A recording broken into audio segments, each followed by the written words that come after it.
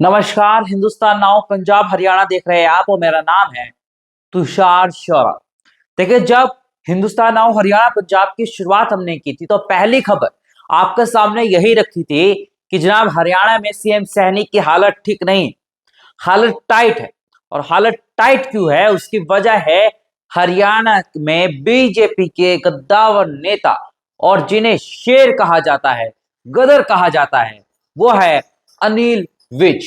देखिए, अनिल विज एक ऐसा नाम है हरियाणा की राजनीति का जिनसे जब वो गृह मंत्री रहते हैं तो प्रशासन खूब सख्त रहता है और प्रशासन बेहद अच्छा काम करता है। लेकिन शायद काम करने वाले नेता प्रधानमंत्री नरेंद्र मोदी हो या फिर गृह मंत्री अमित शाह हो, दोनों को पसंद नहीं आते।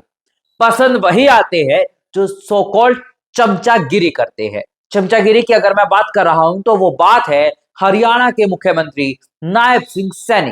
देखिए, नायब सिंह सैनी और मनोहर लाल खट्टर के किस्से हर जगह वायरल है और आपको भी पता होगा, मुझे भी अच्छे से पता है कि सीएम सैनी तक कैसे पहुंचे, यानी कि सीएम तक कैसे पहुंचे। प्रधानमंत्री नरेंद्र मोदी कल हरियाणा के दौरे पर थे। हिसार और यमुनानगर प्रधानमंत्री नरेंद्र मोदी गए, जनसभाओं को संबोधित किया। अब हैरानी की बात यह है, जब उद्घाटन का मौका था तो प्रधानमंत्री नरेंद्र मोदी का सियासी भाषण क्यों? क्या हरियाणा में बीजेपी की सरकार में सब कुछ सही चल रहा है? क्या हरियाणा में नायब सिंह सैनी और अनिल विज में जो खटपट की खबरें आ रही थी, जो विधायक बीजेपी के लगातार अनिल विज का समर्थन कर रहे थे और बगावती तेवर अपने सिटिंग मुख्यमंत्री सीएम सैनी के खिलाफ दिखा रहे थे, क्या इसी वजह से प्रधानमंत्री नरेंद्र मोदी को राजनीतिक भाषण देना पड़ा? सवाल ये, और सबसे बड़ा सवाल ये है कि पीएम मोदी के मंच पर अनिल विज और बीजेपी के विधायक मौजूद क्यों नहीं थे? क्या यह माना जाए क्या हरियाणा की सरकार अब चंद दिनों की मेहमान है? क्या हरियाणा में बीजेपी की सरकार अगले आने वाले कुछ दिनों में हिलने वाली? क्या भूपेंद्र सिंह हुड्डा आने वाले दिनों में कुछ धमाल करने वाले?